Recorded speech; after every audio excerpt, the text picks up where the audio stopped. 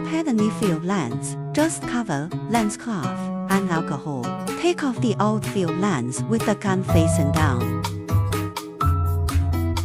Place the gun facing down on a clean lens cloth.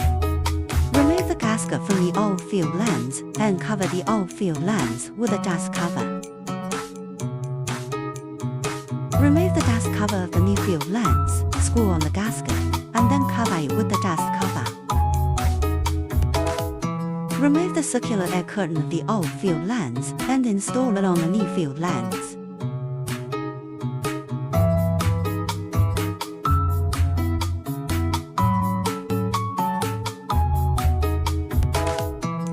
Remove the dust cover of the new field lens and check whether the lens is clean.